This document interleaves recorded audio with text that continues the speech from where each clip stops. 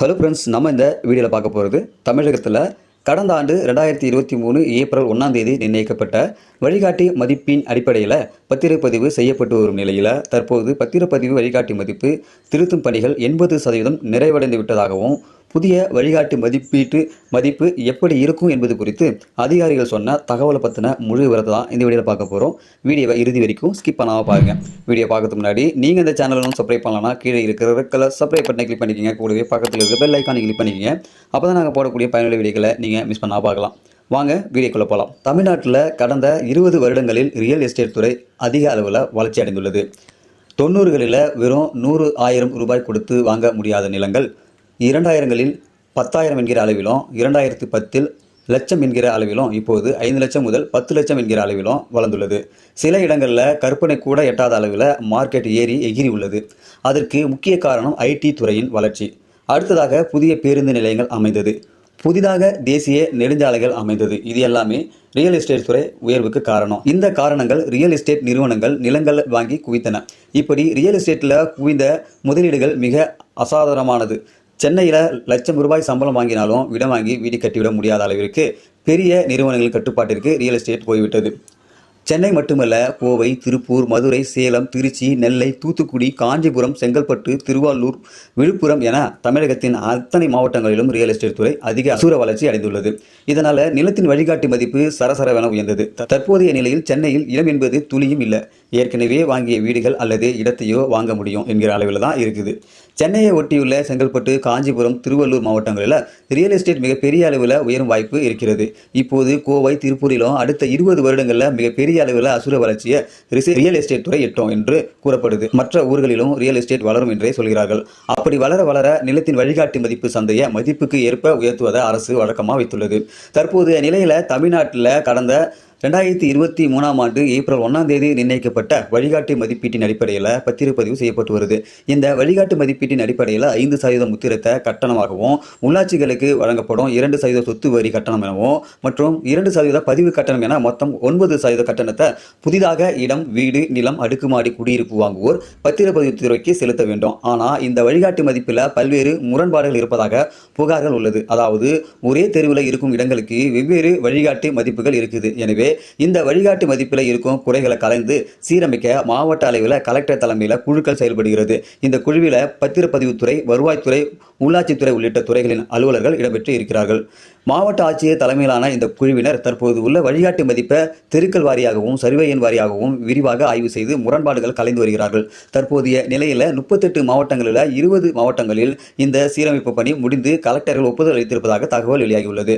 மீதமுள்ள மாவட்ட ஆட்சியர்கள் ஒப்புதல் அளித்த பின் பொதுமக்களின் கருத்து கேட்புக்காக அந்த வழிகாட்டி மதிப்பு பட்டியல் இணையதளத்தில் வெளியிடப்படும் என்று தகவல் வெளியாகியுள்ளது. மேலும் பொதுமக்களின் கருத்துக்கள் கேட்ட பின் அதில் சீர்திருத்தங்களை மேற்கொள்ளப்பட்டு அரசின் பார்வைக்கு அனுப்பப்படும் என்றும் அரசு ஒப்புதல் அளித்த பின் புதிய வழிகாட்டி மதிப்பு அமல்படுத்தப்படும் என்கிறார்கள்.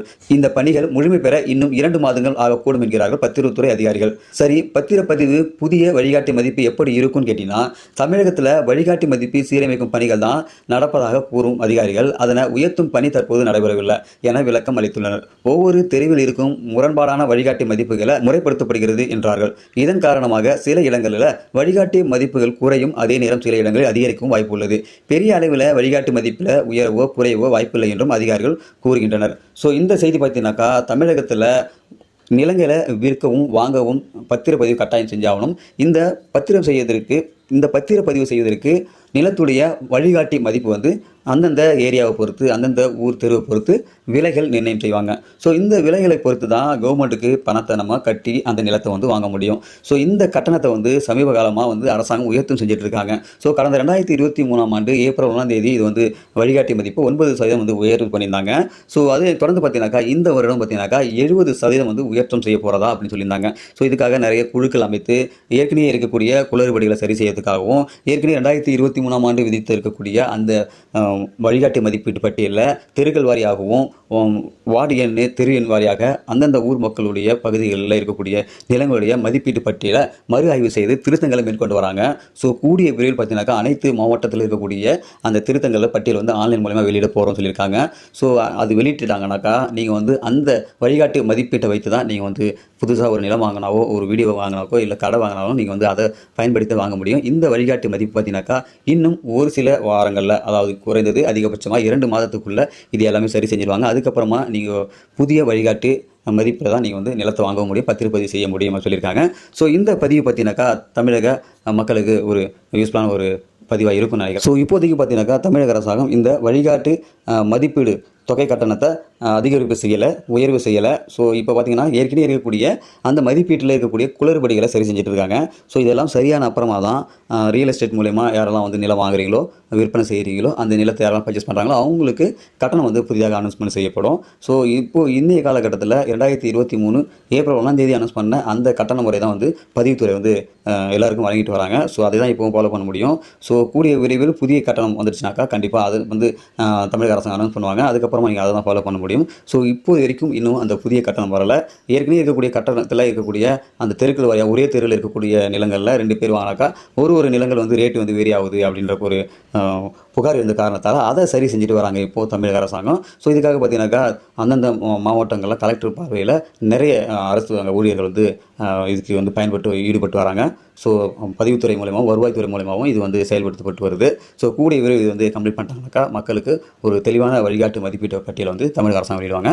ஸோ இந்த வீடியோ உங்களுக்கு யூஸ்ஃபுல்லாக இருக்கும்னு நினைக்கிறேன். யூஸ்ஃபுல்லாக இருந்தால் லைக் பண்ணுங்கள், உங்கள் நண்பர்களுக்கும் ஷேர் பண்ணுங்கள். இது போல பயனுள்ள வீடியோக்களை நீங்கள் தொடர்ந்து பார்க்கணும்னாக்கா நம்ம வீடியோ சேனலை சப்ஸ்கிரைப் பண்ணுங்கள். மீண்டும் இன்னொரு வீடியோ சந்திக்கலாம். அதுவரை மனிதர்கள் மதிப்போம், மனித உயிரை காப்போம். நன்றி.